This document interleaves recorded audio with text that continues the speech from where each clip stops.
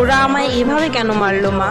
মা, আমি তো যেমন ডিউটিতে যাই সেই রকমই ডিউটিতে গেছিলাম, কিন্তু আমি তো জানতাম না যে আজই হবে আমার শেষ দিন। আমি তো আমার জুনিয়রদের সাথে একসাথে কত গল্প করতে করতে রাতের খাবার খেয়েছিলাম জানো মা। অনলাইন থেকে অর্ডার করে নিয়ে এসেছিলাম আমার প্রিয় খাবারটা, ওটাই আজ খেয়েছিলাম। তখনও যদি একটু বুঝতে পারতাম এটাই আমার শেষ খাওয়া, এটাই শেষ গল্প। ডিউটির বাঁধনে আমি যখন ক্লান্ত হয়ে গেলাম মা, আমার চোখ দুটো ঘুমে বন্ধ হয়ে যাচ্ছিল, একটু শরীরের ক্লান্ত মেটাতে গেলাম।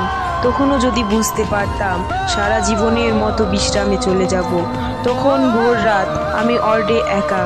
তখন ভোরে শীতল বাতাসে আমার একটু ঠান্ডা লাগতেই আমি লাল চাদরটা ঢাকা দিয়ে একটু চোখ বন্ধ করেছিলাম শুধু।